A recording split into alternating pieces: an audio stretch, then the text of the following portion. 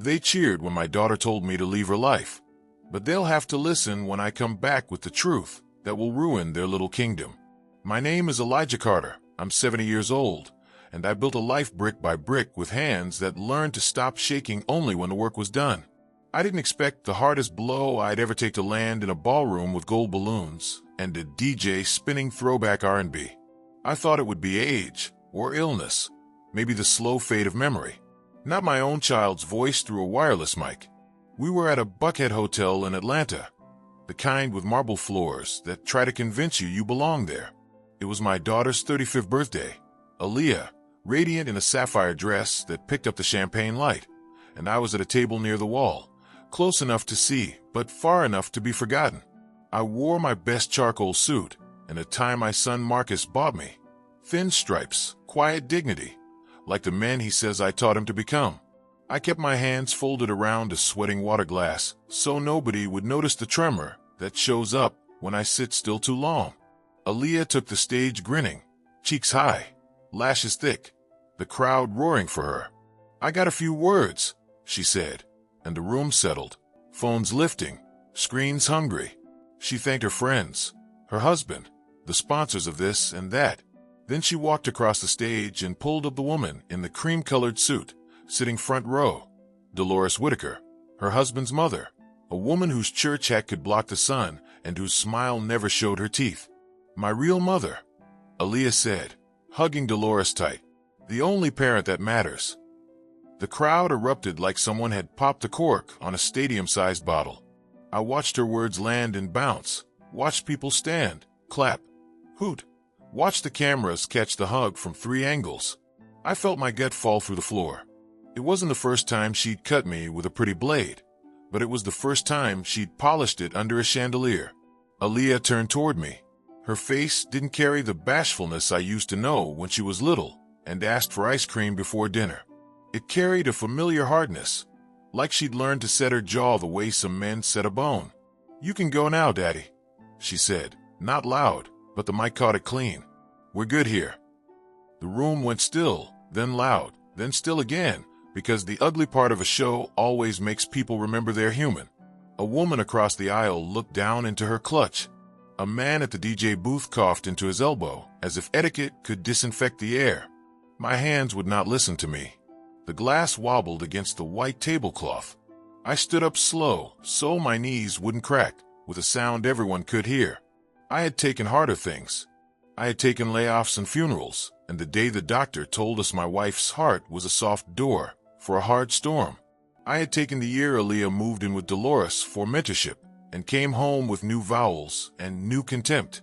But there in that ballroom with uplighting and calligraphy place cards, it felt like someone had told the world my name was trash.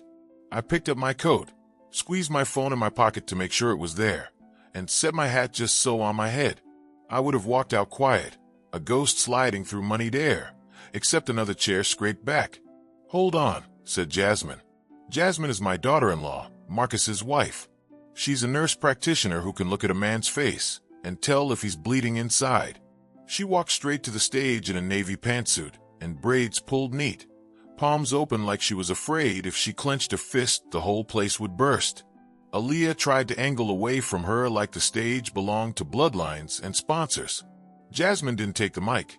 She took the room.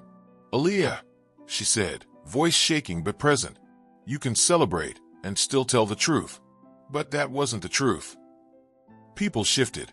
Dolores' smile stayed polite, but her hands, elegant and ringed and perfectly moisturized, curled just enough to make a note. "Don't do this," Aaliyah muttered, mouth off mic but easy to read.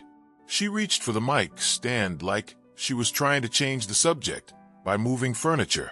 Jasmine kept going. "I know what pain looks like. I know gaslighting when I see it. I know a woman who polishes her halo in the dark and drops it at church like a calling card. You told the room who mattered. Now, I'm going to say whose back carried you when no one had a camera out." She turned to face the crowd, not the stage lights. Elijah Carter drove a borrowed pickup across 3 states to bring Aaliyah home when her first internship fell through and she didn't have rent. He sold his record player, the one he kept from his daddy, to pay the deposit on her first studio. He ate bologna sandwiches for a month, so she could have something that felt like the life she was chasing. That's not a man you dismiss from a microphone. I felt heat under my ribs, and I didn't know whether it was anger melting into gratitude or the other way around. The room had gone almost reverent, the way a room does when something embarrassing is more honest than the cake. Dolores stood. Even her anger was coiffed. "That's enough," she said softly, which always carries farther than a scream. "Tonight is a celebration. We won't indulge resentment." Jasmine raised her chin. "Then don't teach it to the guest of honor." Security glanced at one another the way men do when decorum and payroll collide. Aaliyah laughed that tiny, tight laugh of hers and reached out, finally taking the mic like it was a life raft.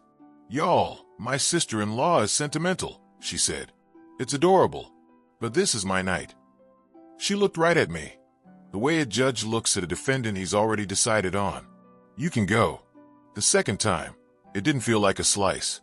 It felt like a stamp, the kind you press into hot wax to make it official. I nodded. I slid my chair under the table like a man in his own kitchen, and I walked out. People made space, because grief makes you taller for a second. The Buckhead air was too clean. It smelled like money knows how to scrub itself. My truck, a 10-year-old Ford with a new alternator I'd been proud to put in myself, waited obediently under a sodium light halo. I sat in the driver's seat and didn't start it. I pressed my forehead to the rim of the steering wheel and counted the beats until my chest learned the rhythm again. I had tried, Lord knows I had. I'd packed lunches when Aaliyah's mother, Lenora, worked double shifts and packed resentments when she came home and called me small. Lenora was a beautiful hurricane who believed humiliation was a kind of polishing. "Stand up straight," she'd hiss at me, even when I was already standing. Our daughter learned early that applause could be louder than kindness. When Lenora left, she didn't take her perfume, just the oxygen. Aaliyah and I stared at each other across a table and talked about homework, because it was safer than talking about love. I wasn't perfect. There were nights I kept my mouth shut when I should have raised my voice. There were days I hugged my grief like it was a job with benefits. There were times I looked at my own hands and wondered what a different man's hands would have done better. But I never stopped showing up, even when showing up meant waiting in a hallway outside a rehearsal because she said I made her look working class.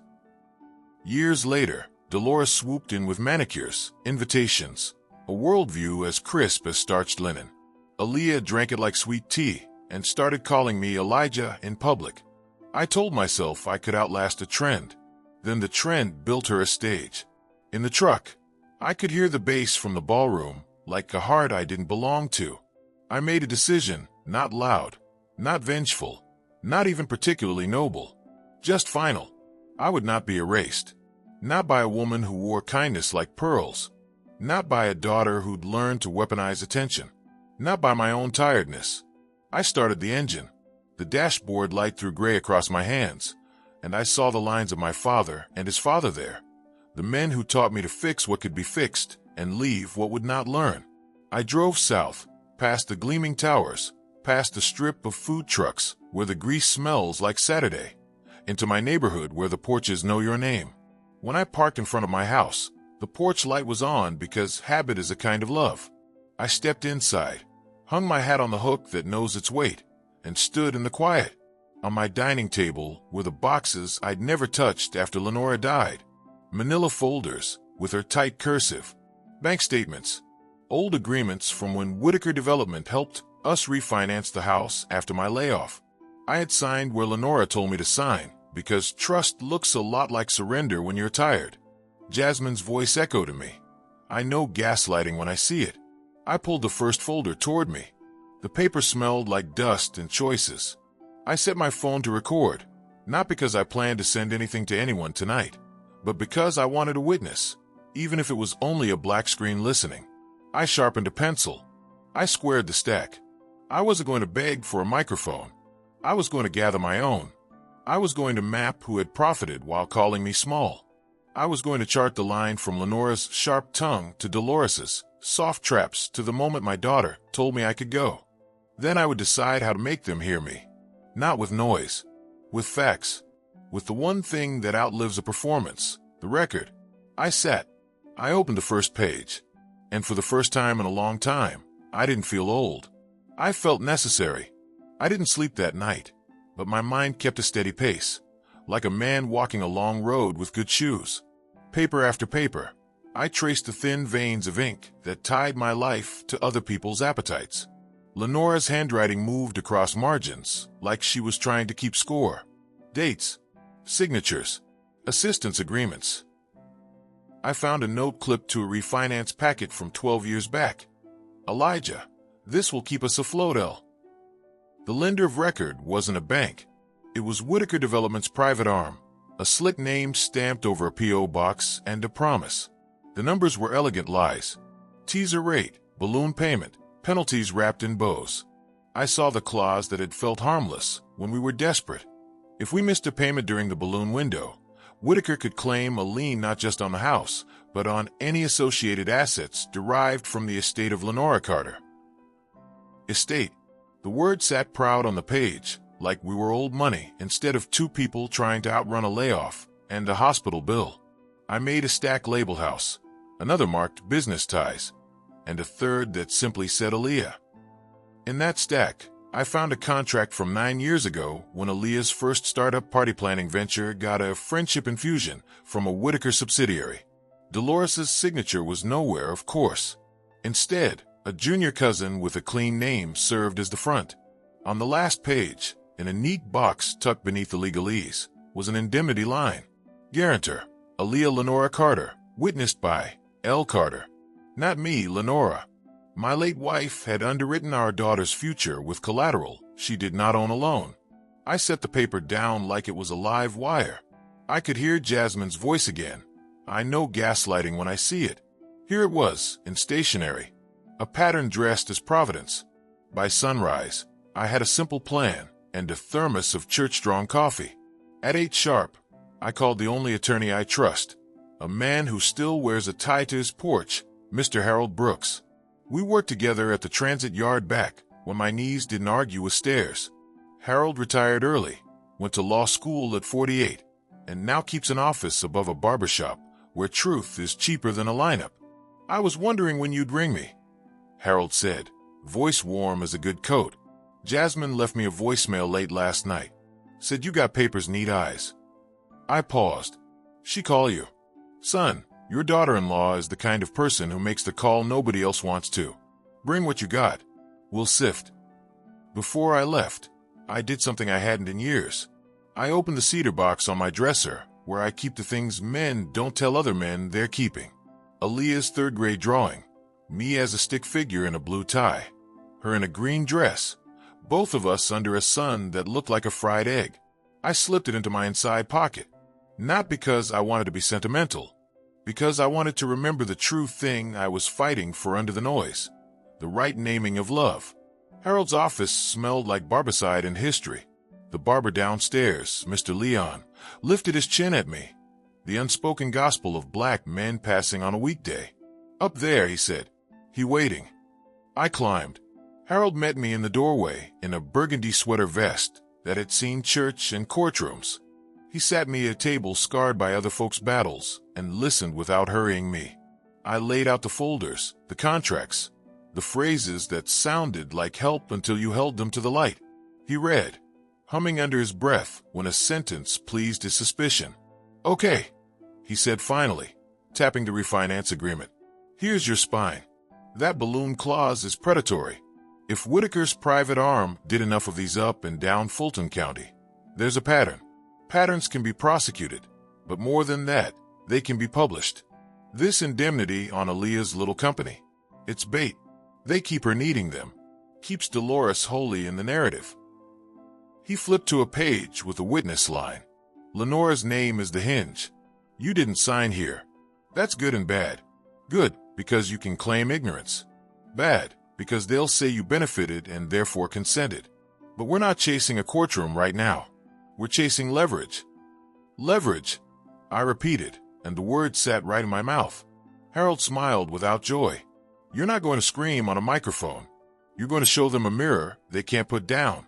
I'll draft a demand for a full accounting on Whitaker's activities related to your property, and any entity tied to your late wife.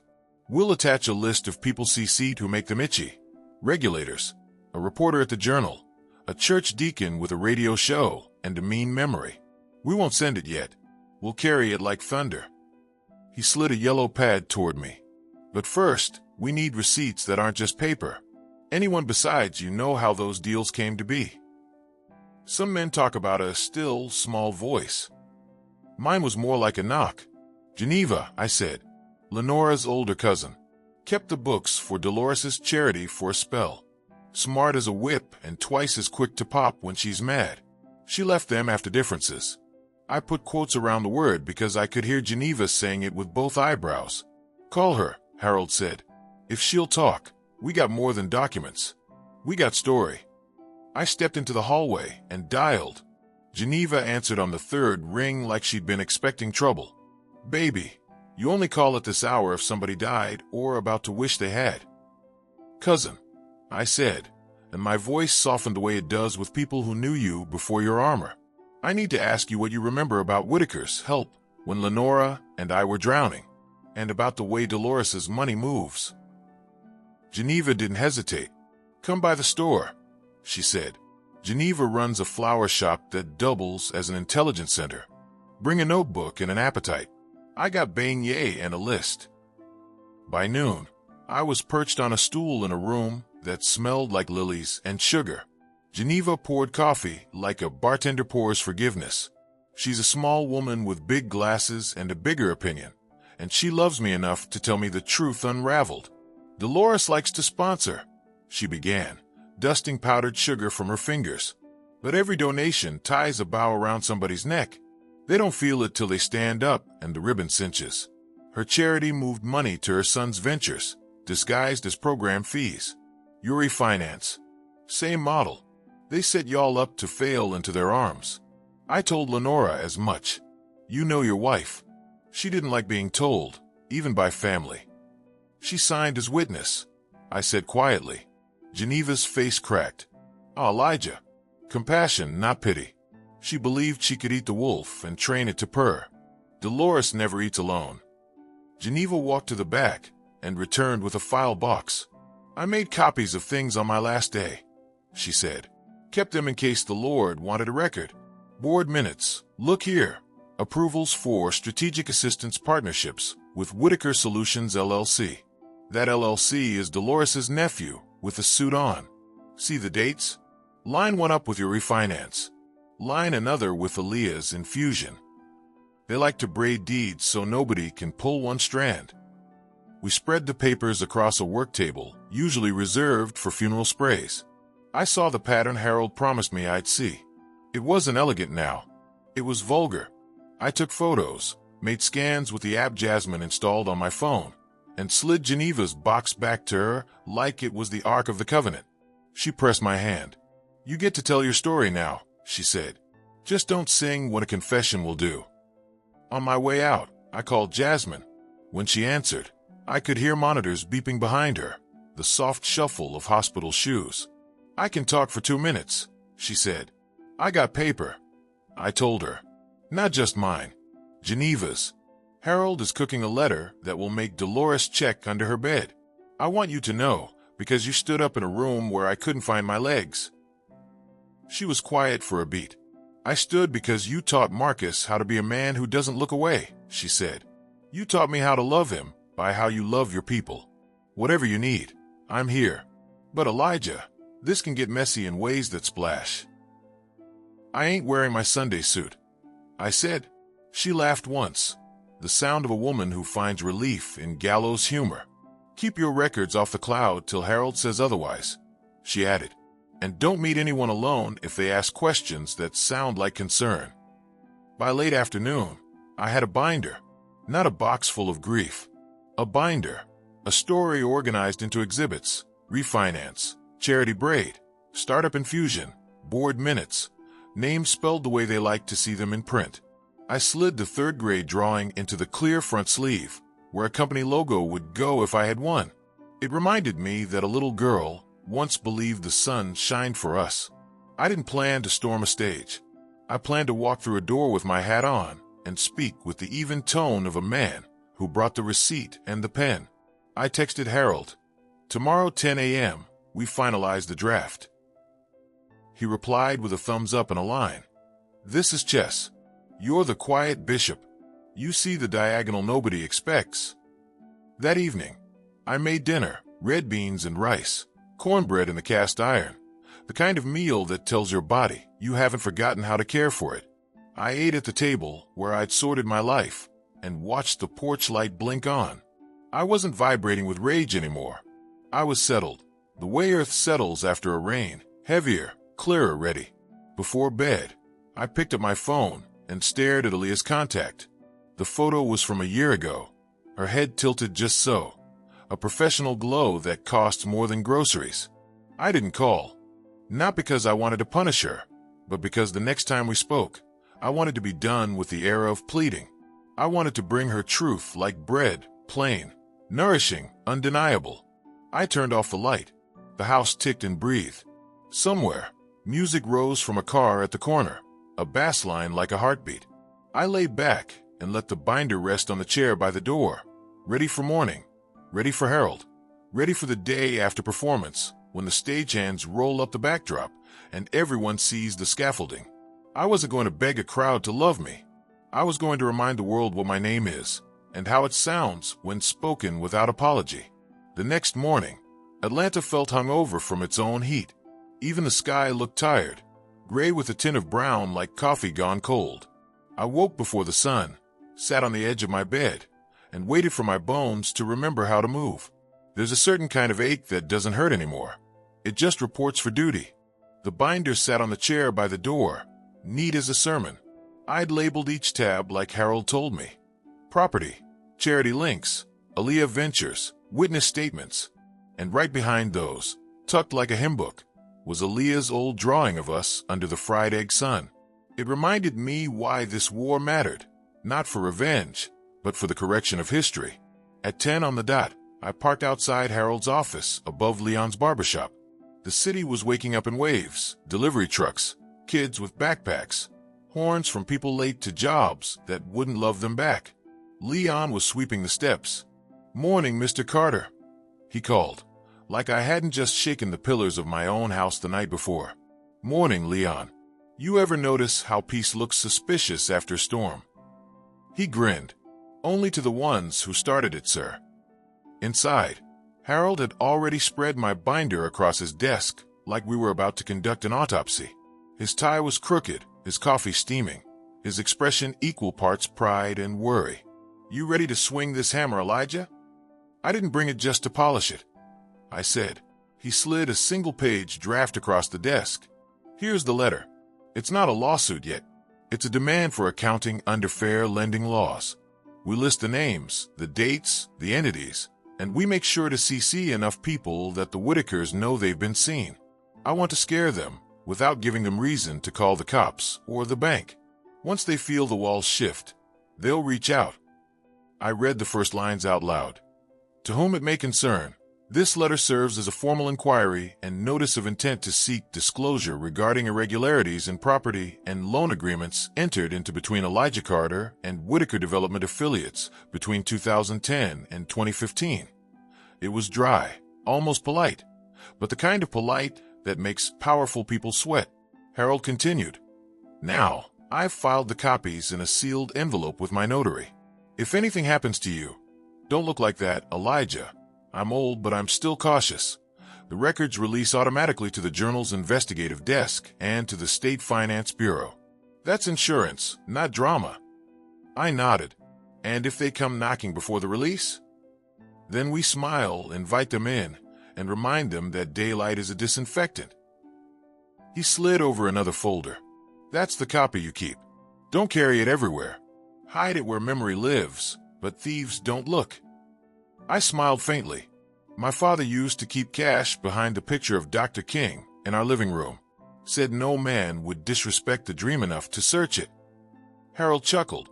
Then maybe Dr. King should guard the truth again. We signed the date, shook hands, and for a moment I felt something close to youth. A pulse of purpose that overrode the rust in my joints.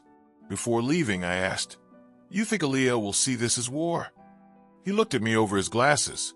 Son, she declared war when she rewrote her mother's name on your history. What you're doing now, that's the peace after the battle, when truth cleans the field. That afternoon, I took the long way home, past neighborhoods that had changed and some that refused to. Vine City still smelled like fried catfish and Old Faith. Kids ran between sprinklers that leaked more rust than water. A mural of John Lewis watched from the wall of a laundromat, steady, forgiving. I parked near an empty lot where an oak tree still shaded what used to be our first apartment. I could still see the ghost of the porch where Lenora and I sat the night Aaliyah was born, our hands shaking around a styrofoam cup of cheap champagne. We'd promised her the world then, not knowing the world had interest rates. I sat on the hood of my truck, closed my eyes, and prayed, not fancy, not loud, just an old man talking to what's left of God in him. If justice is coming, Lord, don't let me enjoy it too much. When I got home, the house was quiet except for the low hum of the fridge. I took the binder to my room and slid it behind the framed photo of Dr. King, just like I told Harold I would. Felt right. I made a sandwich, turned on the news for noise, and that's when my phone buzzed. Unknown number. I almost ignored it, but instinct told me some calls aren't accidents. Mr. Carter? The voice was female, composed, young. This is Monica West. I'm an assistant at Whitaker Development. Mrs. Whitaker asked me to reach out to schedule a conversation. That was fast. What kind of conversation? She said to tell you it concerns a misunderstanding from the past and that she'd like to clear it up before it becomes public confusion. I almost laughed. Tell Mrs. Whitaker I appreciate the concern. She can call my lawyer, Mr. Harold Brooks. A pause. I think she'd prefer to keep it informal. I'm 70, Miss West. At my age, informal means unprotected. I'm sure she understands. When I hung up, the silence in the room felt heavier than before. The hunt had begun. That night, I called Jasmine. She answered on her porch, the cicadas singing backup. She reached out already. I said, Dolores, through an assistant, which means she's worried enough to play polite. Good, Jasmine replied. Polite people make the best confessions once you stop letting them finish their sentences. I chuckled softly. You sound like Geneva.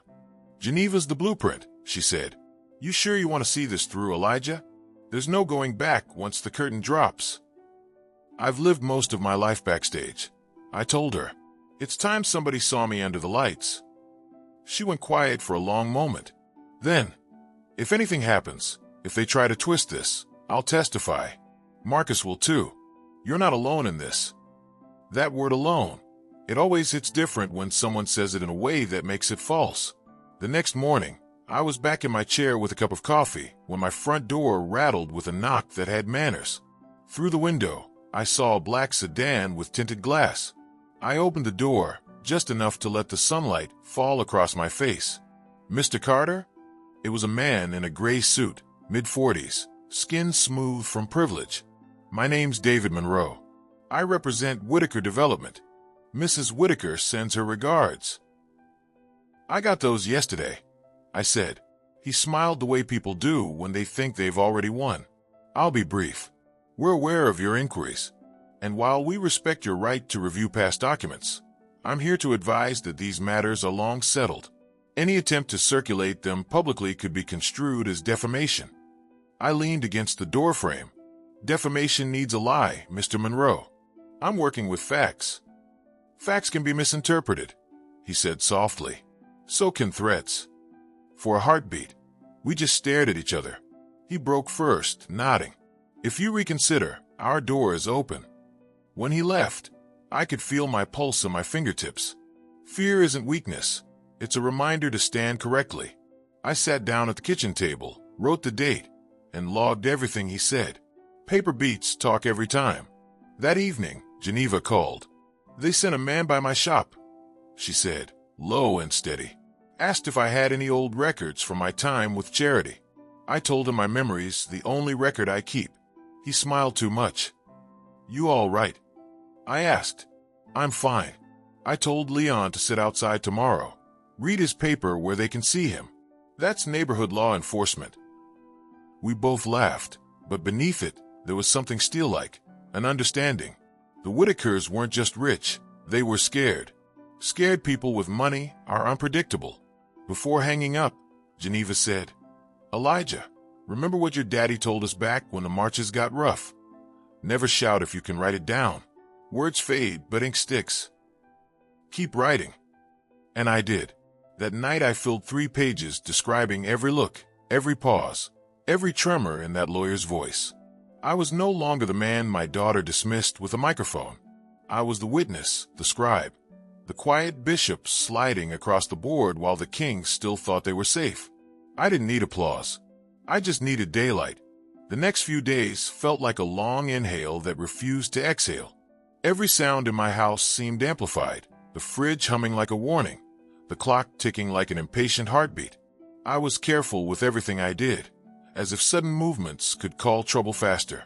I kept the binder hidden behind Dr. King's portrait, but I started noticing things. The mail came later than usual. A car I didn't recognize parked across the street at odd hours. Maybe I was imagining it, but age teaches you that instincts are the only alarm system you can still trust. By Friday morning, the air was thick, hot, and expectant. Atlanta heat isn't just temperature, it's attitude. It pushes on you until you admit who you are. I made coffee strong enough to hold a spoon upright and sat on my porch to think. The street was quiet except for a distant lawn mower and the rumble of a passing MARTA bus. For a moment, I let myself feel ordinary. But ordinary doesn't last long when people with power realize they've been seen. The knock came just after noon. Not the timid kind, not even the practice tap of that Whitaker lawyer. This one was firm, confident, the rhythm of someone who didn't come for small talk. I opened the door, half expecting another suit, but it was Aaliyah. My daughter stood there wearing sunglasses the size of half her face, a linen jumpsuit that probably cost more than my truck, and that same faint perfume her mother used to wear on church Sundays. For a second, time blurred, and I saw the little girl who used to run barefoot on this porch, braids flying, shoes in her hand. But then she took the glasses off, and I saw no trace of that child. "Daddy," she said. Her voice was calm, rehearsed. "We need to talk." "We do," I answered, stepping aside. "Come in before the heat fries us both." She walked in like she owned the place, which, technically, she once thought she did. She glanced around the living room, her eyes flicking over the furniture she'd grown up with, the same old floral couch, the photos on the wall, the worn rug she used to spill juice on. Nothing had changed. Maybe that's why she looked uncomfortable. Progress, in her world, meant forgetting where you came from. I motioned toward the couch. "You want something to drink?" "No, thank you," she said. Her tone was clipped, polite, too polite for family. I sat across from her. "So, what brings you here, baby girl?" She winced slightly at baby girl. "I heard from some people that you've been digging around. About old paperwork. About Mama. About the Whitakers." I leaned back. Word travels fast when people are nervous. She exhaled sharply. "It's not about nerves, Daddy. It's about dignity. You're going around acting like some kind of detective, pulling out old contracts, calling people. You're making us look unstable." "Us?" I asked. "Or just you and the folks who benefit from me staying quiet?" She crossed her legs and folded her hands on her lap, just like Dolores does during interviews. "You're letting outsiders manipulate you. Geneva has always had it out for our family, and Harold. He's an old man who still thinks lawsuits are power. This isn't who you are." "Then who am I, Aaliyah?" I asked, keeping my voice low.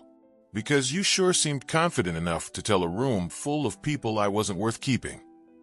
Her eyes flickered, just for a moment, but she recovered fast. "That was a mistake. I got caught up in the moment." "The moment lasted the whole speech," I said, "and the whole 35 years before it." She looked away, jaw tightening. "You don't understand how complicated things are. Try me." She hesitated, and in that hesitation, I saw it, the tiniest tremor of guilt, quickly smothered. "Dolores helped me. When Mama passed, I was lost. You weren't there the way I needed. She stepped in. She showed me how to move in circles you never could. She bought you, I said quietly. And you let her. That's not fair, Aaliyah snapped. She invested in me. She believed in me. She invested in your silence. There's a difference. Her nostrils flared. You're turning this into some conspiracy, Daddy. It's not like that. Then what is it like? I leaned forward, elbows on my knees. Because from where I'm sitting, it looks like the same people who tied me and your mother up in bad deals now have their hands in your pockets, and you're smiling about it. You don't know what you're talking about. Maybe not, I said, but the paperwork does. Her composure cracked for the first time. You've seen it? She asked. What exactly did you find? I smiled slightly, enough to make the Whitakers lose their appetite. For a few seconds, she didn't speak. Then she stood, pacing in front of the old TV cabinet. You can't do this, she said finally. You'll ruin everything I've built. I'm not trying to ruin anything.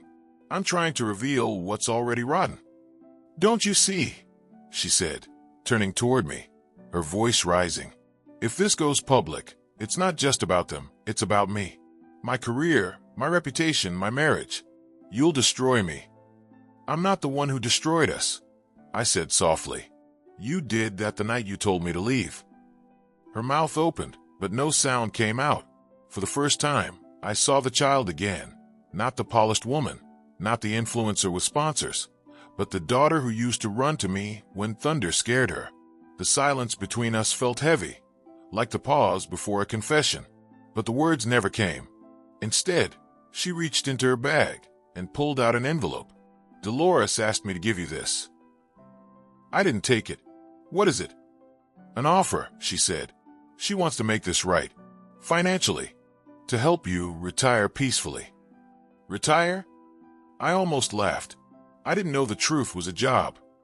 Please, she said, and for the first time, her voice cracked. Just stop this before it goes too far. You're poking at things that could hurt people. People like her, I said. Not people like me. People like us, Daddy, she cried. Do you think anyone will believe you over the Whitakers? Over me? That one hit harder than she knew. Over me. The arrogance of youth mixed with the ignorance of power. I stood slowly, feeling the old ache in my knees, but also a steadiness I hadn't felt in years. Aaliyah, I said. I taught you to stand tall, not to look down on people. I gave you a name that meant something before they started paying you to say theirs. You might have forgotten that, but I haven't. She swallowed hard. So that's it. You're going to war against your own daughter. I'm going to war against lies, I said, and you can choose which side of that you stand on. She put the envelope on the coffee table and turned toward the door. I don't know who you've become, she said quietly, but this isn't the man who raised me. I nodded. You're right. He was too scared to speak. I'm not anymore. She froze for a moment, maybe hoping I'd take it back, but I didn't. She left without another word, heels clicking like gunshots across the porch. I stood there for a long while after she drove away, staring at the envelope sitting in the middle of my living room like a snake coiled in plain sight. I didn't touch it. I didn't need to. Whatever was inside, cash, contracts, promises, it carried the stink of guilt. I picked it up with 2 fingers and tossed it straight into the fireplace. The flames took it quick, curling the edges, eating the paper until all that was left was ash and a faint smell of perfume. As the fire died, I whispered to myself, if they think I'm bluffing, they don't know how long I've been waiting for my turn. That night, I called Harold and told him about the visit. She's scared, he said after listening. And scared people make mistakes. That's our opening. I didn't feel triumphant. I felt tired, but also awake in a way I hadn't been in years. My daughter's fear wasn't something I celebrated. It was proof of how deep the Whitakers' claws had gone. But her coming here, trying to stop me, meant one thing. Our moves were landing.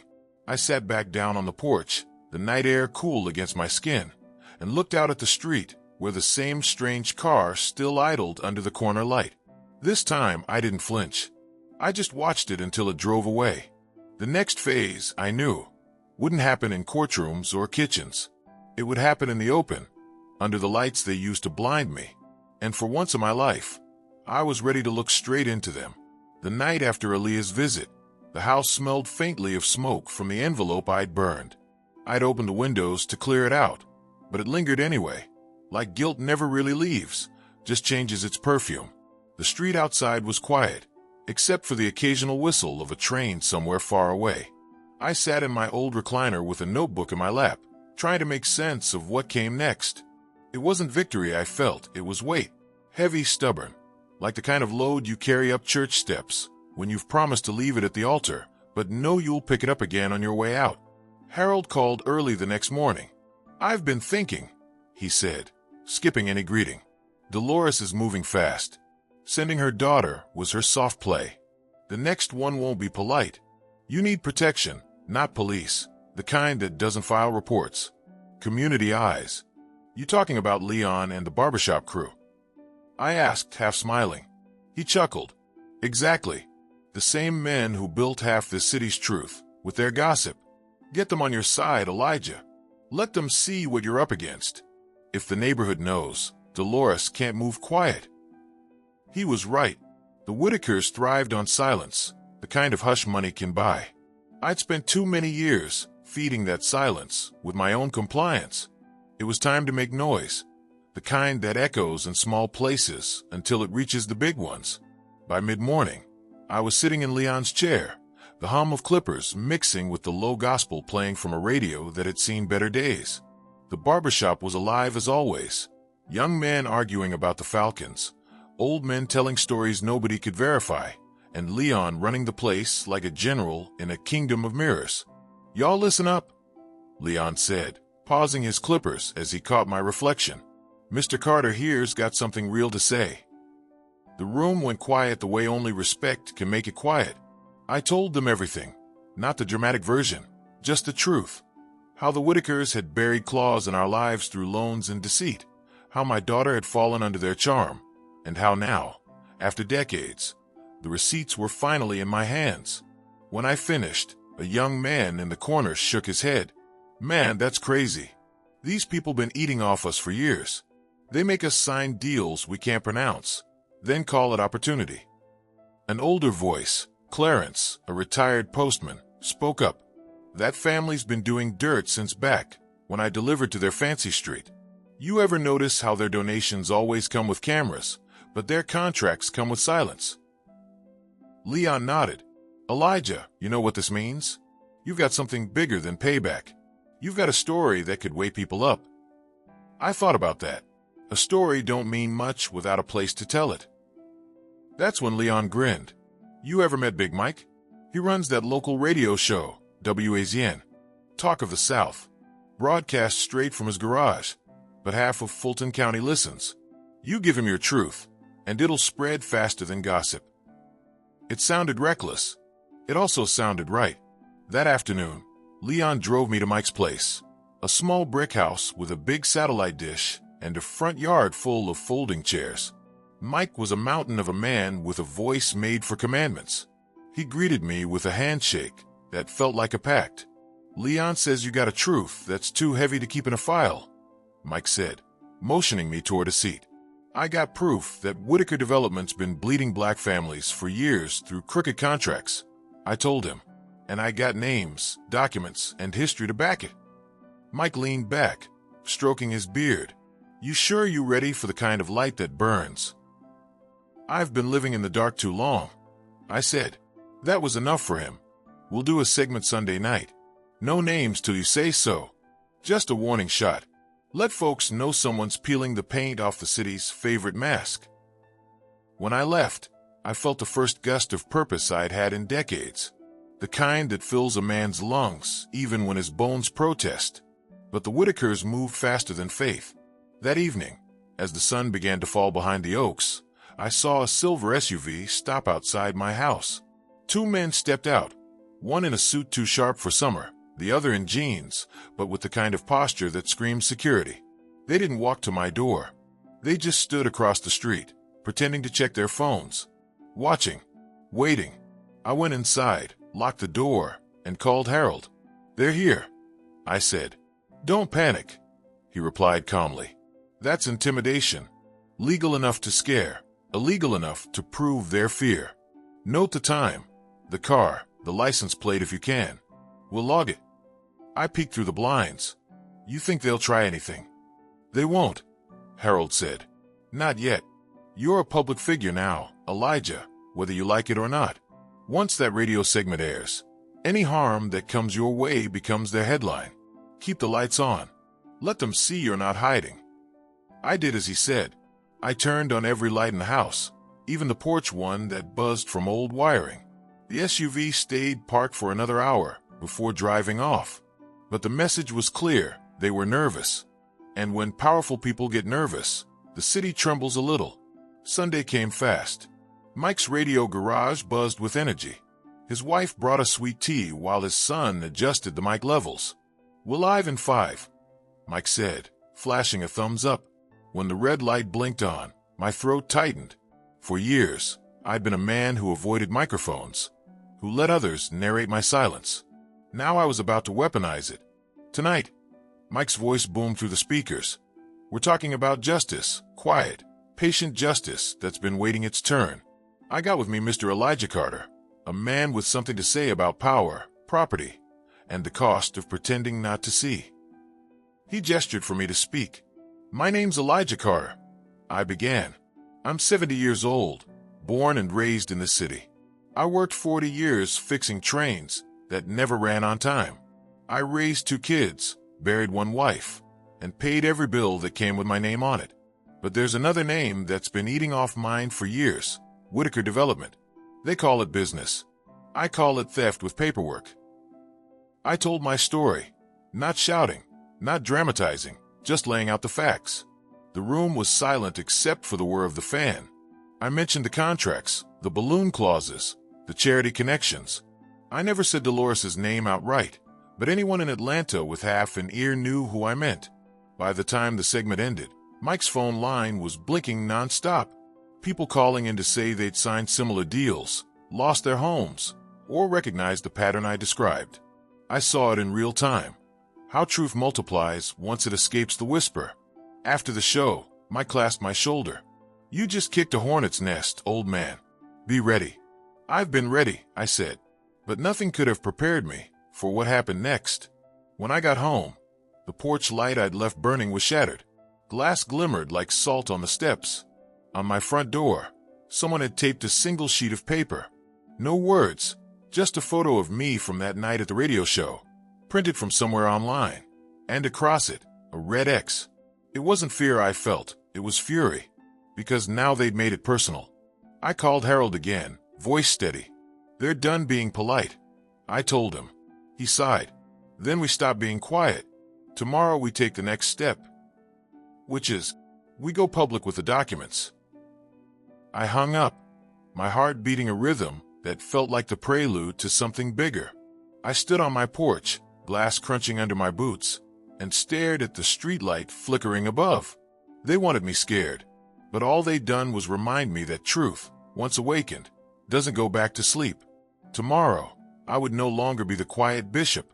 Tomorrow, I'd start moving like a man who'd finally remembered his power. The morning after the Red X threat, Atlanta woke up under a gray sky that looked ready to bleed. I barely slept. Every time a car passed, I sat up straight, half expecting another shadow on my porch. Fear is a living thing. It learns your breathing pattern. It sleeps when you do. But that morning, I wasn't scared. I was angry, and anger, when it's honest, will keep a man upright longer than rest. At 8 sharp, Harold called. I saw the picture you sent, he said. That's their message. Ours will be louder. Meet me downtown by 10. Bring the binder. I put on my best Navy suit, the one I'd kept pressed for funerals and job interviews. Today it would attend neither. It would walk straight into the mouth of power. I tucked Aaliyah's drawing into my inner pocket again, my reminder of what innocence used to look like, then slipped the binder into a messenger bag.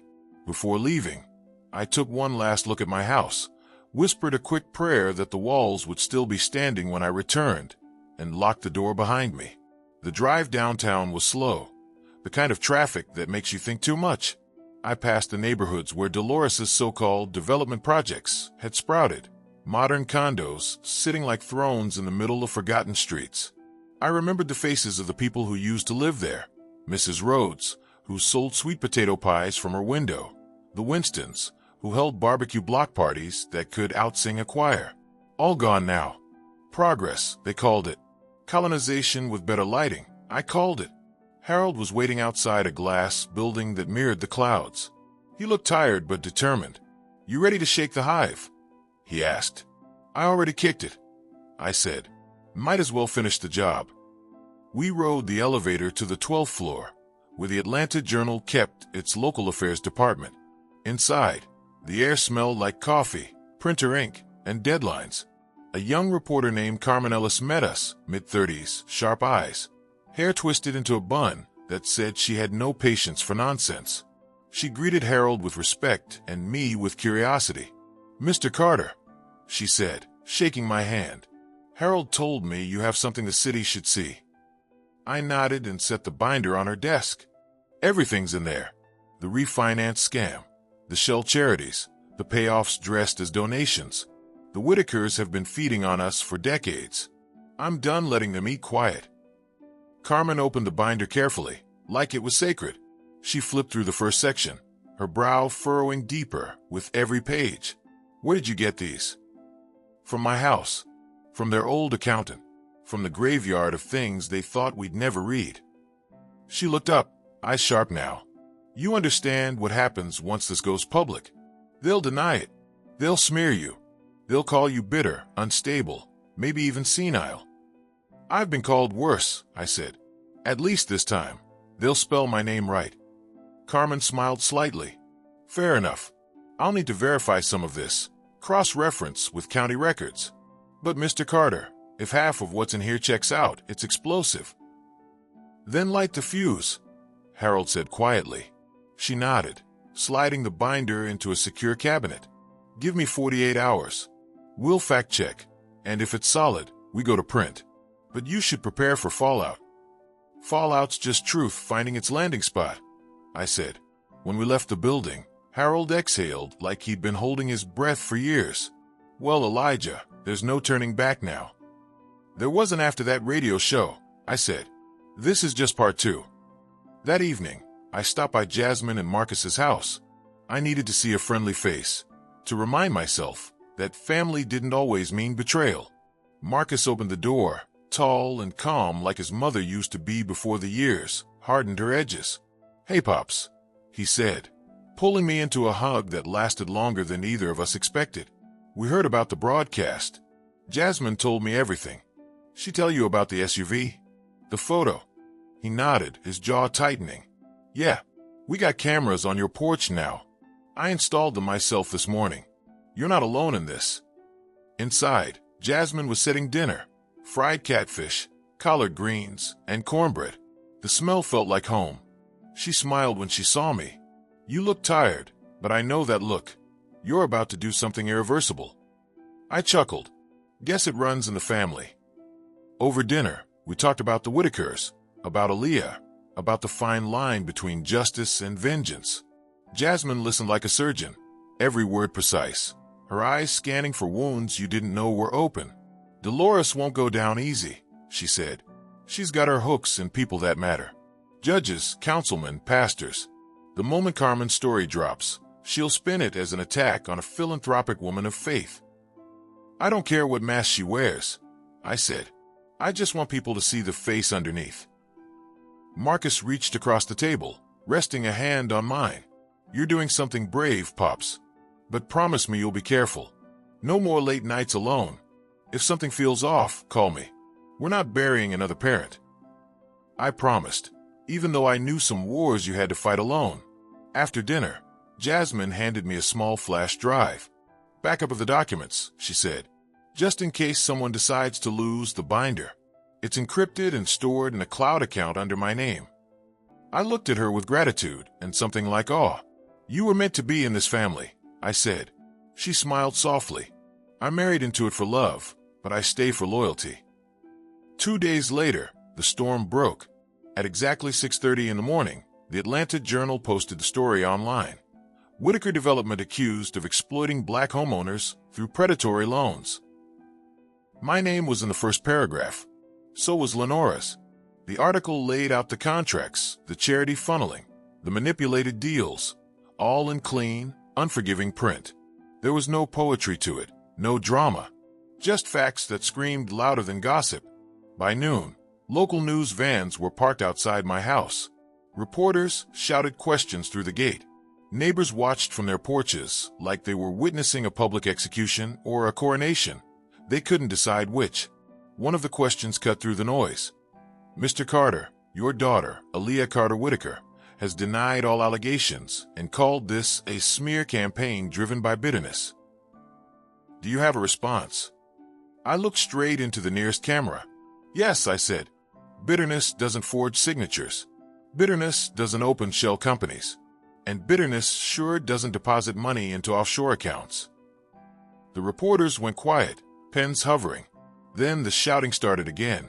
But I'd said what needed saying. By sunset, the internet was ablaze. Hashtags, debates, support, ridicule. Some called me a hero, others a bitter old man trying to take down success. The Whitakers issued a polished statement denying everything, quoting scripture about forgiveness and misunderstanding. Dolores even appeared on TV that night, eyes shining with practiced tears, claiming she'd been nothing but a mentor and benefactor to underprivileged families. I watched her performance from my living room, jaw clenched. She was good. Years of charity galas had made her a master of fake grace. But the camera can't hide everything. I saw the tightness around her mouth, the flicker in her eyes, when the interviewer mentioned my name. That was fear, pure and simple. Then came the message that told me just how deep this storm would go. Around midnight, my phone buzzed with a text from an unknown number. You don't understand what you've started.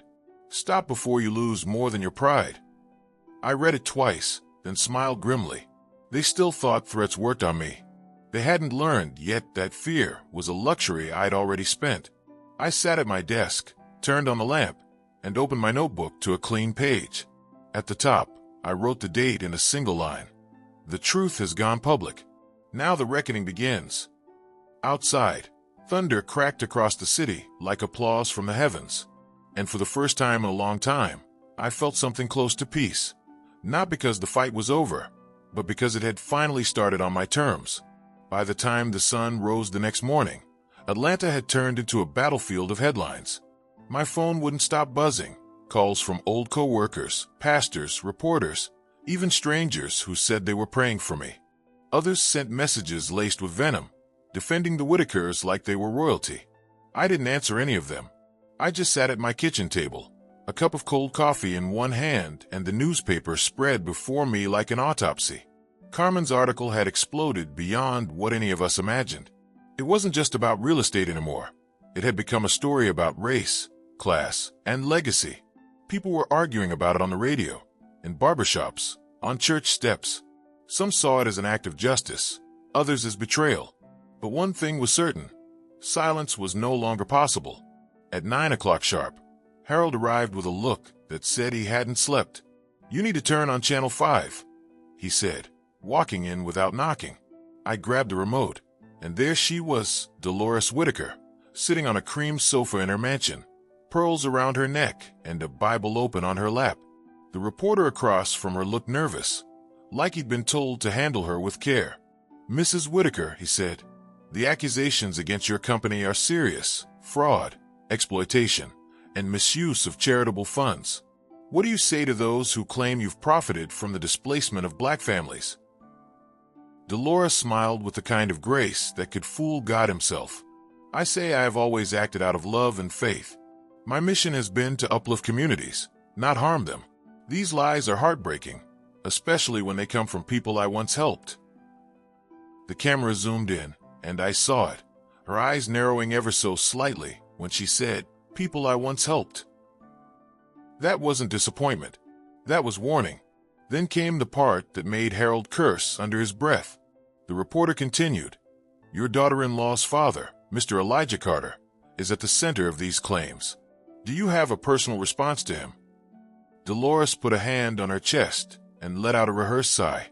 Mr. Carter is an elderly man in pain. I can't imagine losing my wife and then being estranged from my daughter. He's being manipulated by those who want to destroy what my family built. I pray for him." "Manipulated," Harold repeated, shaking his head. "They're painting you as senile, a confused old man chasing ghosts." I turned off the TV. "Let them," I said. "The truth doesn't need youth to be strong. It just needs proof." He smiled faintly. "You sound like you're ready for war." "I've been at war for decades," I said.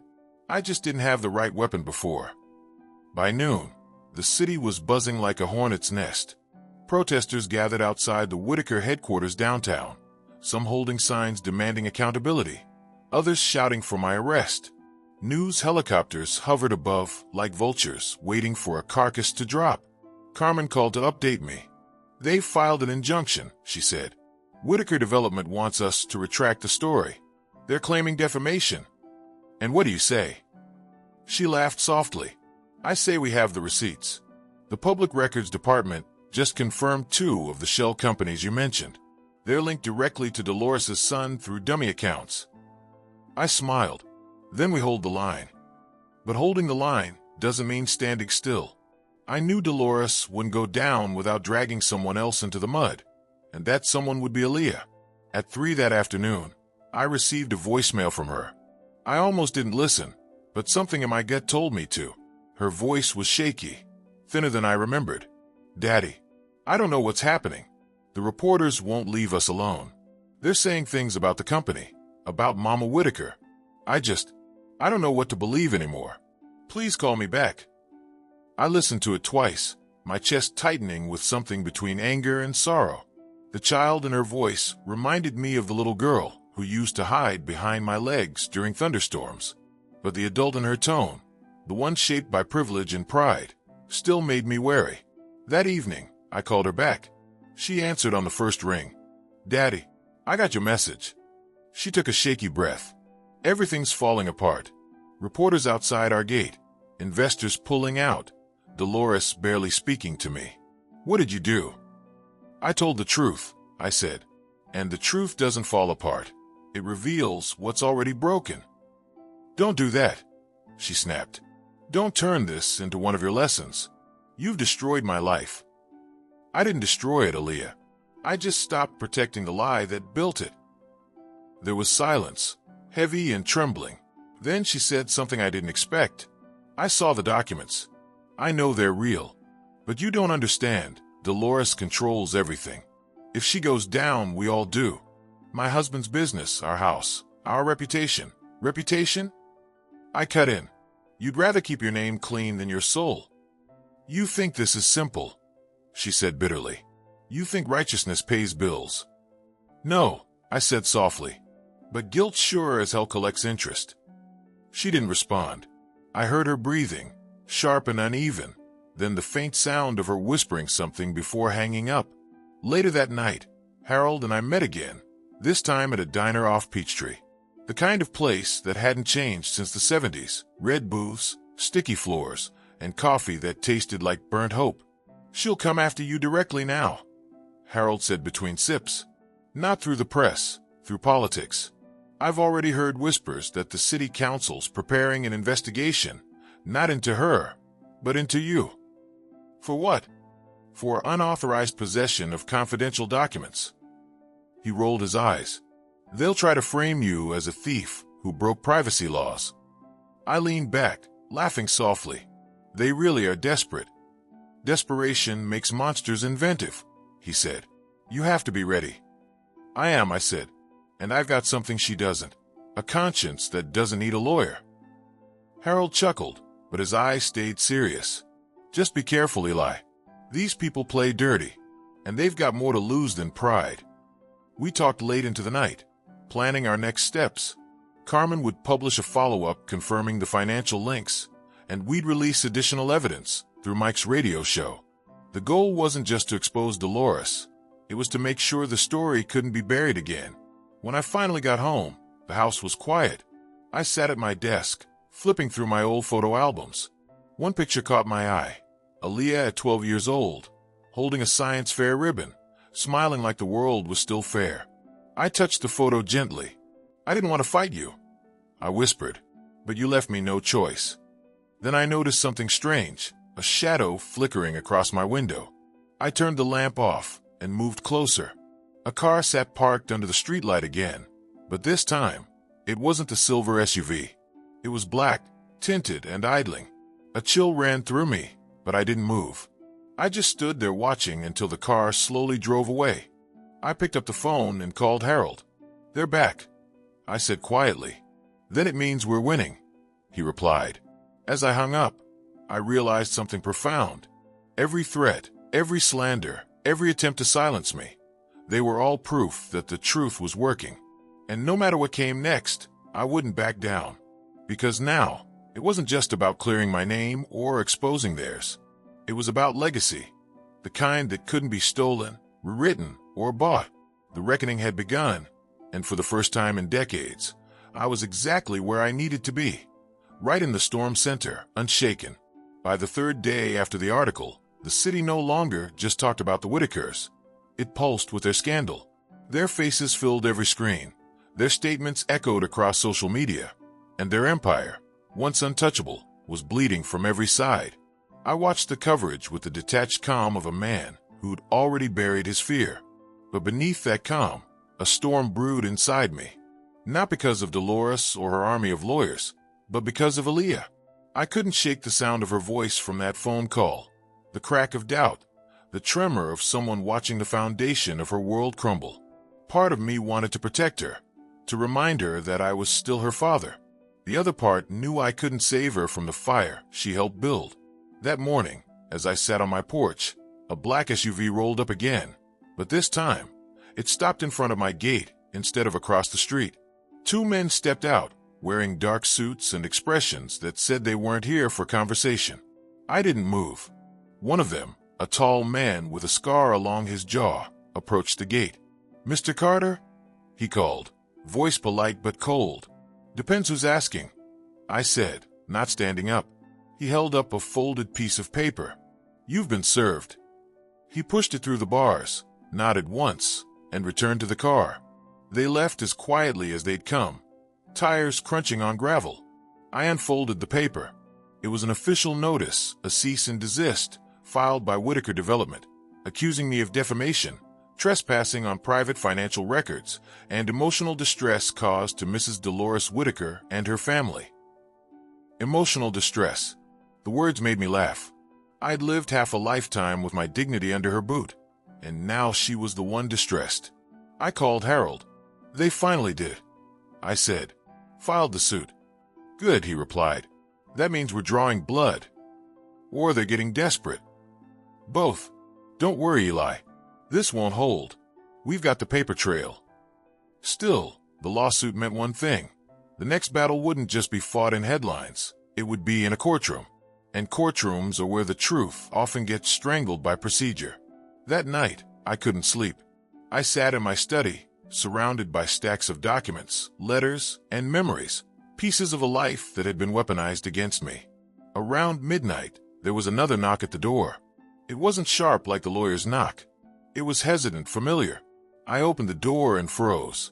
Aaliyah stood there, dressed down in jeans and a hoodie. No makeup, no camera-ready smile. Her eyes were red, her face pale. "Can I come in?" she asked softly. I stepped aside without a word.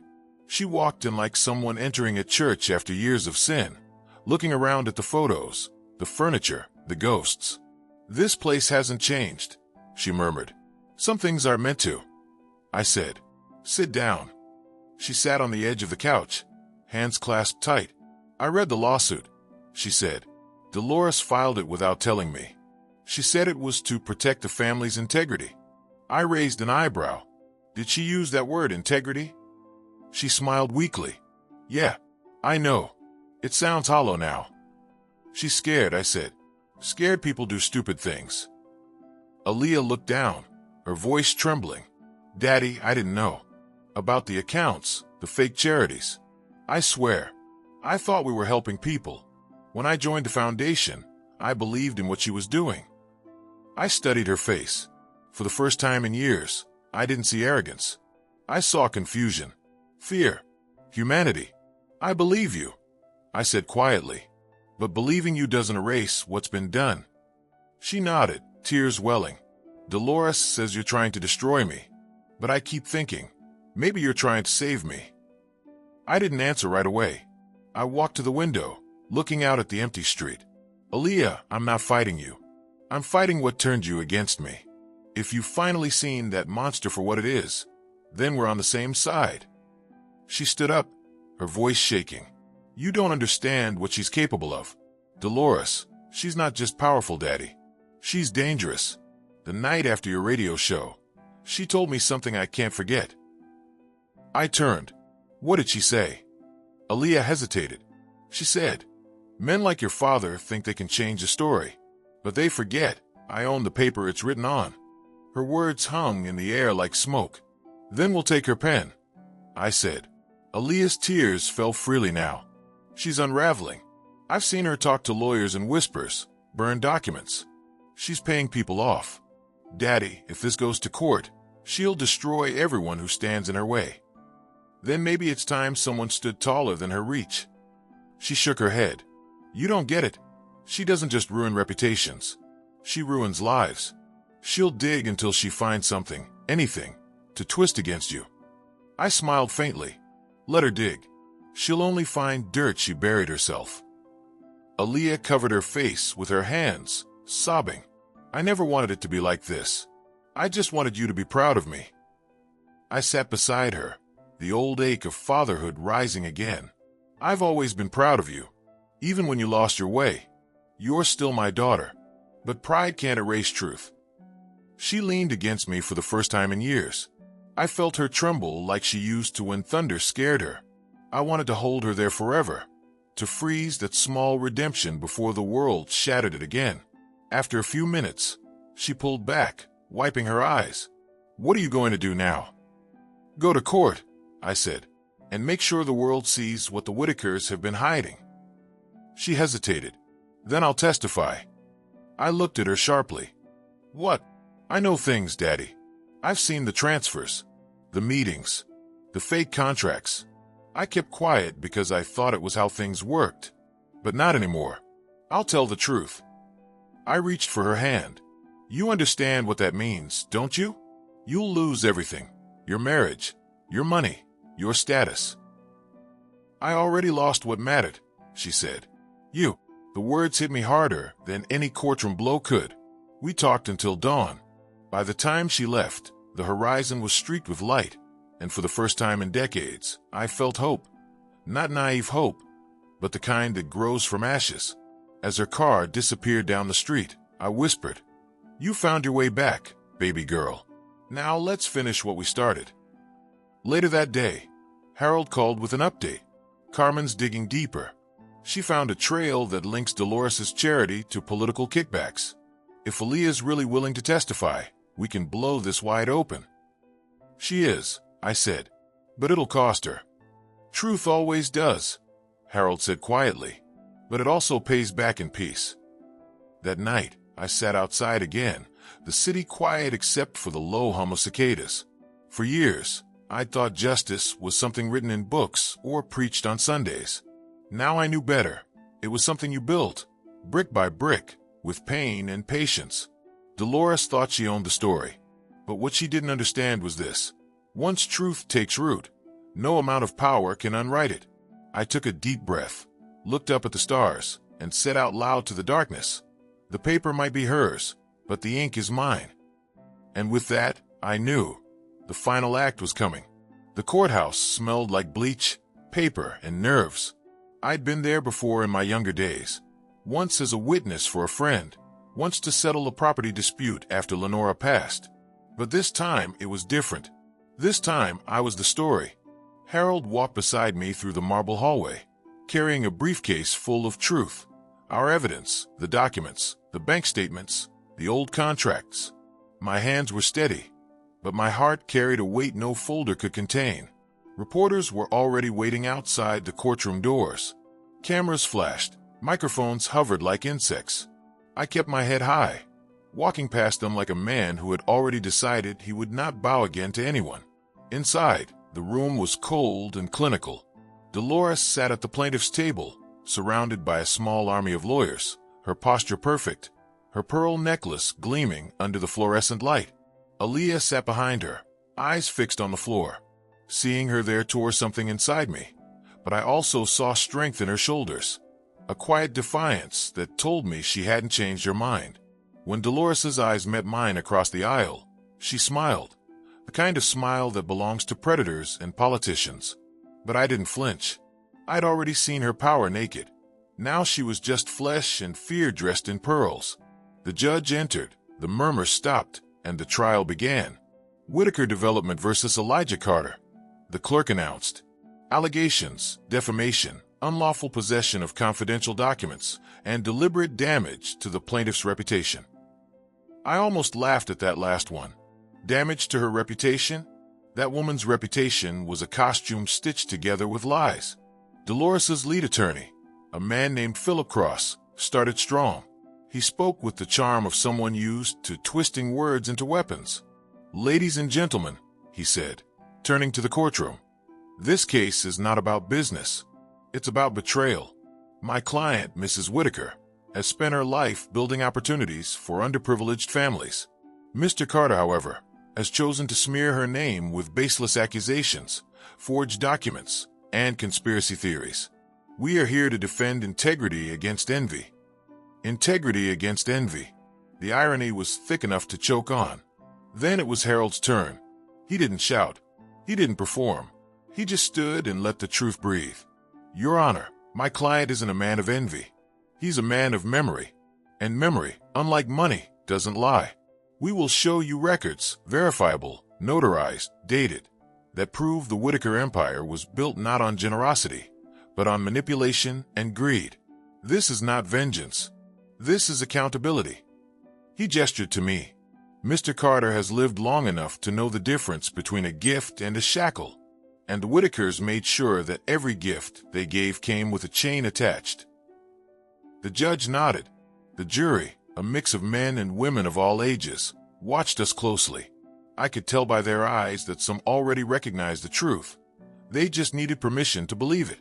Then came the witnesses. First was a former accountant who had worked for Whitaker Development 20 years ago. She testified that several financial reports had been altered before submission, that large sums were funneled through shell companies, disguised as charitable contributions. The courtroom murmured. Dolores stayed perfectly still, her jaw tight. Next was a homeowner, a middle-aged man named Curtis Freeman. He spoke about losing his house after signing what he thought was a low-interest loan through one of Dolores's community programs. The contract, he later discovered, had hidden clauses that doubled his payments overnight. "They told me I was being helped," he said, voice cracking, "but they helped themselves right into my home." Then Harold stood. The defense would like to call Aaliyah Carter Whitaker to the stand. The air shifted. Dolores's head snapped toward Aaliyah, her smile gone, her mask cracking for the first time. "Aaliyah," she whispered sharply, "don't you dare." Aaliyah didn't respond. She stood, her heels clicking softly on the floor as she walked toward the witness stand. I saw her take a deep breath before placing her hand on the Bible. "I do," she said when asked to swear to tell the truth. She looked at me first, 1 second of recognition, one silent apology, then faced Harold. "Mrs. Whitaker," Harold began, "can you tell the court your relationship to the plaintiff?" "She's my mother-in-law," Aaliyah said. Her voice trembled at first, but grew steadier. "She's also the head of Whitaker Development, the foundation that's under investigation." "And what was your role in that foundation?" "I served as public relations director. I managed events, handled donors, and sometimes reviewed internal reports." Harold nodded. "Did you ever notice inconsistencies in those reports?" Dolores's lawyer jumped up. "Objection. Sustained," said the judge. "Rephrase, Mr. Whitaker." Harold smiled faintly. "Mrs. Whitaker, were you ever instructed to alter or withhold information from the public?" Aaliyah hesitated, glancing at her mother-in-law. Then she looked back at Harold. "Yes," she said. A gasp rippled through the courtroom. "Can you elaborate?" She swallowed hard. Dolores told me to reframe donation reports. She said some of the money came from anonymous benefactors, but I later learned those were payments from private contractors seeking city permits. She told me to call them community partners to make them look legitimate. Dolores's lawyer jumped up again, shouting objections, but the damage was done. The courtroom buzzed like a beehive. "Do you have proof of this?" Harold asked. "Yes," Aaliyah said. "Emails, memos, internal transfers, all archived." "Your Honor," Harold said, turning toward the bench, "we have submitted digital evidence corroborating Mrs. Whitaker's testimony." The judge took a long breath, reviewing the documents briefly before nodding. "They'll be entered into record." Dolores finally spoke, her voice sharp as broken glass. "You ungrateful child," she hissed, not caring that the microphone caught it. Aaliyah didn't look at her. She just said quietly, "Truth isn't betrayal, Dolores. It's correction." The courtroom erupted. Cameras clicked, whispers rose, and even the judge's gavel couldn't silence the tension that had just shattered years of pretense. When the recess was called, I went to my daughter. She stood alone in the corner, shaking, her eyes wet but bright. "You did good," I said softly. She looked up at me, her lips trembling into a fragile smile. I was terrified. "Courage isn't the absence of fear," I told her. "It's standing anyway." She nodded, then hugged me, tight, desperate, as if trying to rebuild all the years we'd lost in one embrace. Across the room, Dolores watched us, her expression unreadable. For the first time, I saw something in her that wasn't arrogance or power. It was something smaller. Loneliness. But I didn't pity her, because the lonely aren't always the innocent. Sometimes they're just architects of their own exile. The rest of the day unfolded like slow thunder. Harold presented more evidence, letters, transaction histories, property transfers, all connecting the Whitakers to a network of fraudulent deals. The defense tried to twist it, but the facts were relentless. When court adjourned that evening, the sky outside was bruised with the last light of sunset. Reporters shouted questions again, but I ignored them. Aaliyah walked beside me in silence. At the courthouse steps, she stopped. "They're going to come after me now," she said. I looked at her with pride. "Let them. You told the truth. That's the kind of inheritance money can't buy." She smiled through tears. "You really think we'll win?"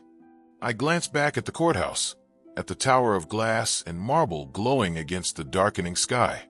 "We already did," I said, because she finally had to listen. That night, when I returned home, I found another envelope on my porch, but this one wasn't from lawyers. Inside was a single sentence typed neatly on fine paper. "You think this ends in court. It doesn't." No signature, no threats, just a promise. I looked out into the quiet street, the cicadas loud in the trees. My war wasn't over yet, but now I wasn't fighting alone. And that, I thought, was enough to keep standing when the next storm came. That night, I didn't sleep. The letter sat on the table like a live wire. The words, "You think this ends in court." It doesn't pulsing through my head like a metronome. The house was quiet except for the steady ticking of the clock, but the silence felt staged, too clean, like the world had drawn its breath and was waiting to see what I'd do next. By dawn, the sky was the color of bruised peaches. I brewed coffee, black and bitter, the kind that keeps your hand steady even when your heart isn't. When Harold called at 7, I was already dressed.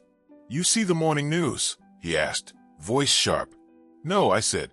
"Dolores went on national TV last night, claimed the trial is an attempt to tear down a legacy of faith and philanthropy. She brought pastors, politicians, and even a few families she's helped to vouch for her. It's a circus." I sighed. "Of course it is. She's fighting with image because the facts aren't on her side." "That's not all," Harold said. "Aaliyah's testimony went viral. She's being ripped apart online, called a traitor, a liar, even a gold digger who turned on her benefactor. We need to protect her." The words hit hard. "Where is she?" "At home, but she's not safe there. I've got someone watching the house, but Dolores has reach." "I'll go," I said. "Elijah," I said, "I'll go. She's my daughter." By the time I reached Aaliyah's house, reporters swarmed the gate, like vultures around a carcass. Cameras flashed, voices shouted her name. I parked a block away and walked past them with my hat low.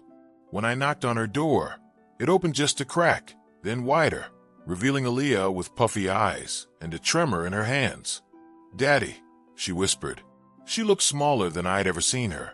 The confidence, the polish, it was all gone, burned away by the glare of public judgment. She led me inside, closing the door behind her.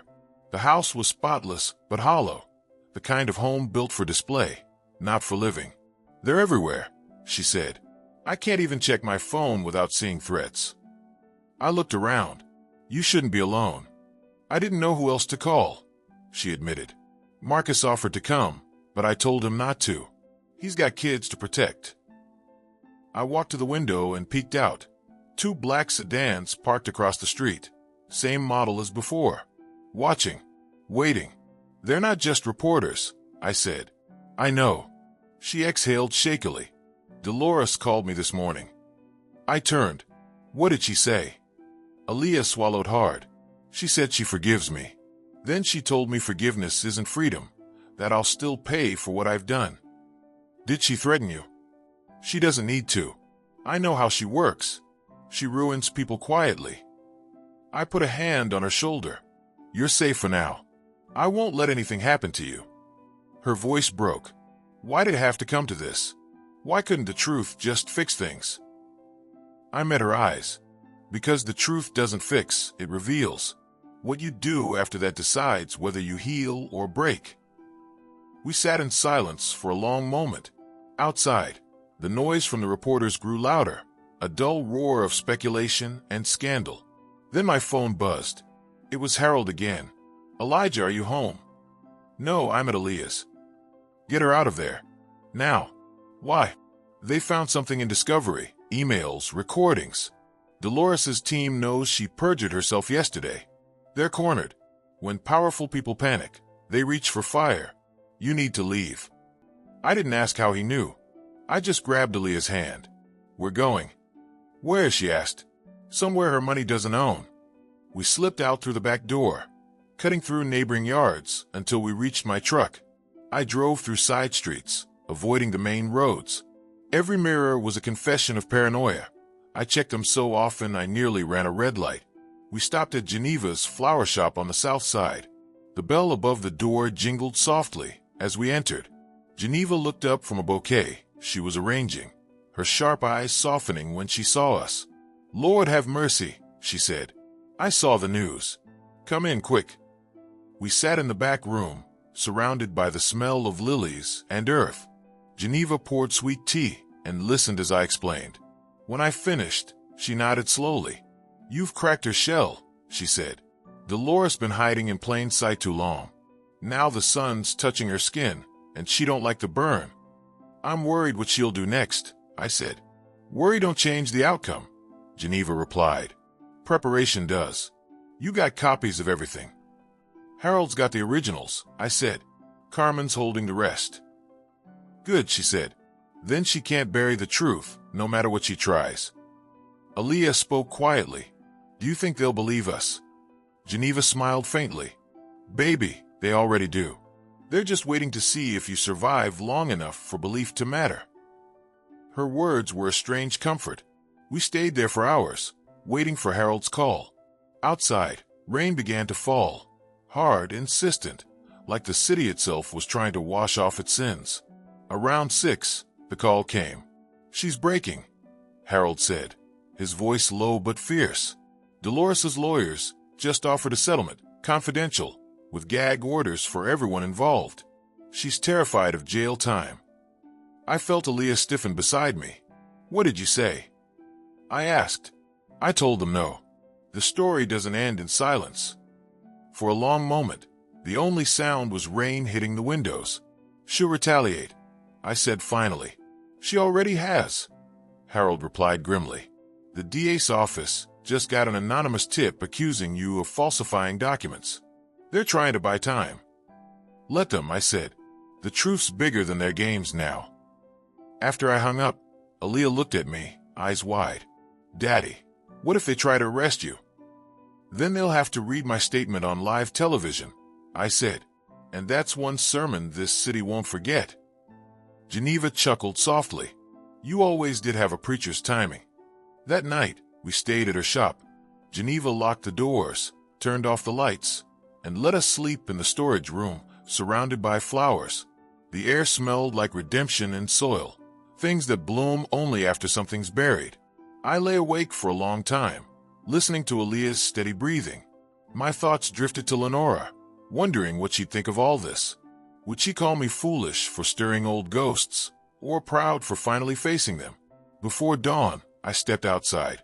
The storm had passed, leaving puddles that reflected the flicker of streetlights. The city felt clean for the first time in years. My phone buzzed again, this time a text from Carmen. Breaking news in the morning. Evidence from your wife's old records. Dolores forged her signature. It's over, Elijah. You did it. I stared at the message until the letters blurred. The forged signature. That single act tied every thread together. The loans, the charities, the manipulation. Lenora's name, stolen and weaponized. A wave of emotion hit me, grief, relief, exhaustion. I looked up at the sky, whispered her name, and felt the air grow lighter. Behind me, Aaliyah stepped out, rubbing her eyes. Everything okay?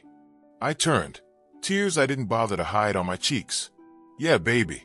It's over. She smiled faintly. Does it feel like victory? I thought about it for a moment, then shook my head. No.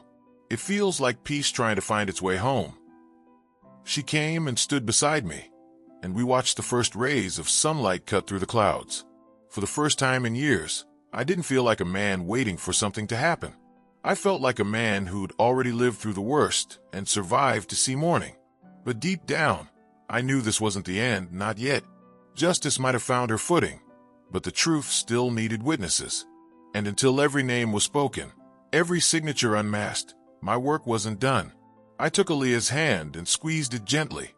Tomorrow, I said, we walked back into that courthouse, not as victims, as the evidence itself. And in the quiet dawn, with the scent of flowers and rain around us, I knew the cost of light was steep, but it was worth every shadow it burned away. The final day of the trial began with a sky so bright it almost felt like mockery. Atlantis shimmered in early sunlight, the streets washed clean by the storm, the air heavy with that peculiar calm that always follows chaos. I wore my best suit again, navy blue, the color of dignity, and Aaliyah walked beside me, her shoulders squared, her eyes set forward. When we reached the courthouse steps, a crowd was already waiting. Protesters, reporters, ordinary citizens, people from every corner of the city. Some held signs demanding justice. Others just came to witness what truth looked like when it refused to die. Cameras flashed, questions flew, and I could feel the weight of 100 lenses trying to capture the same thing, an ending. But I knew better. Endings aren't clean. They're ragged like scars. Inside, the courtroom buzzed with anticipation. Dolores sat at her table, her pearls gone, her hair slightly undone. The flawless facade had cracked. Her lawyers whispered urgently around her, papers rustling like frightened birds. Across the aisle, Harold stood calm and unshaken, his eyes bright with quiet fire. When the judge entered, the room fell silent. This court has reviewed the evidence presented, he began, voice deep and steady. The documentation, witness testimony, and financial records show a clear pattern of fraudulent activity conducted under the supervision of Mrs. Dolores Whitaker. Furthermore, evidence submitted by the defense indicates that Mrs. Whitaker knowingly forged signatures, including those of the late Lenora Carter, to secure illegal liens and manipulate charitable funds. I heard the air leave Dolores's lungs. Her head dropped for the first time. The court finds in favor of the defendant, Mr. Elijah Carter. The judge continued. Mrs. Whitaker and Whitaker Development will face civil penalties, the seizure of assets, and referral for criminal investigation. The gavel struck once. It was done. For a long moment, no one moved. Then I heard Harold exhale beside me, a slow, shaky breath that sounded like release. Aaliyah covered her mouth with her hands, tears spilling freely. Across the room, Dolores sat frozen, her lawyers murmuring, trying to gather the wreckage of a fallen empire. When the crowd erupted, reporters shouting, people cheering, cameras flashing, I stayed seated. I needed that stillness, that silence, to sink into what had just happened. Aaliyah turned to me, voice breaking. "We won, Daddy." I nodded. "No, baby. The truth won. We just carried it." Harold clapped a hand on my shoulder. "You did more than that. You made them listen." The reporters swarmed as we left the courtroom. Questions fired like bullets. "Mr. Carter, what will you do now? Do you feel vindicated? Any words for Mrs. Whitaker?" I stopped at the top of the courthouse steps and faced the crowd. "I don't celebrate another person's downfall," I said, "but I do believe in daylight. For too long, people like Dolores Whitaker used shadows to keep their power. Today, the sun came up, and I pray it stays up for all of us." The microphones kept coming, but I walked on. There was nothing left to say. Outside, the air was sharp with possibility.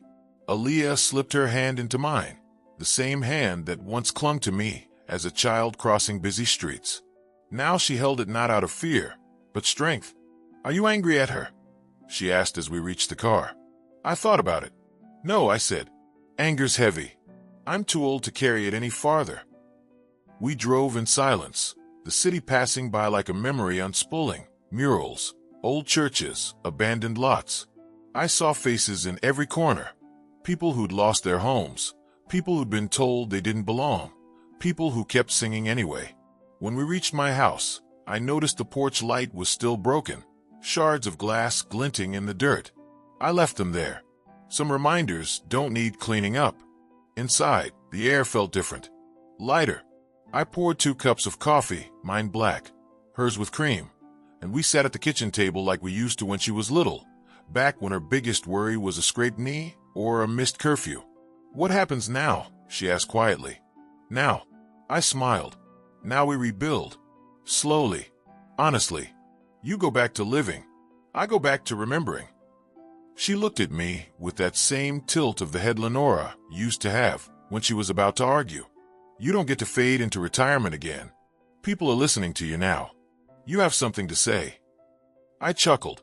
"I've said enough for one lifetime." "Then write it," she said. "Write it down so it doesn't get twisted again." Her words sat with me long after she left that evening. The house grew quiet again, but not the heavy kind of quiet. This one hummed with peace. I walked into my study, took out my old notebook, and began to write. October 17th, 2025. They called it a victory in the papers. They showed my picture beside Dolores's mugshot and used words like justice and closure. But justice isn't a headline, and closure is just a word people use when they don't know what comes next. What comes next, I think, is memory. The kind that hurts, but heals too. The kind that teaches. I think about Lenora, the woman who signed her name to a dream and had it stolen. I think about Aaliyah, who mistook power for purpose until she learned the difference. I think about Harold, steady as scripture, who reminded me that silence is just another kind of surrender. And I think about Dolores. I don't hate her. Maybe that's mercy, or maybe it's age. She built an empire out of deceit, but I built a life out of endurance. I know which one lasts longer. Weeks passed. The headlines faded. The public found new scandals, and the world spun on. But in my neighborhood, something subtle shifted. People stopped crossing the street when they saw me. Strangers nodded from porches.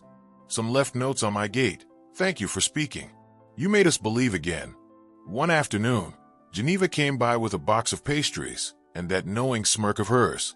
"You realize you're famous now, right?" she said. "They'll be putting your face on church flyers next." I laughed. "Lord, save me from that kind of sainthood." She sipped her coffee and leaned back. "You shook the tree, Eli. Now new fruit's gonna grow. Maybe that's what this was all for." "Maybe," I said. "Or maybe I just wanted my name back." She smiled. "Same thing, if you ask me."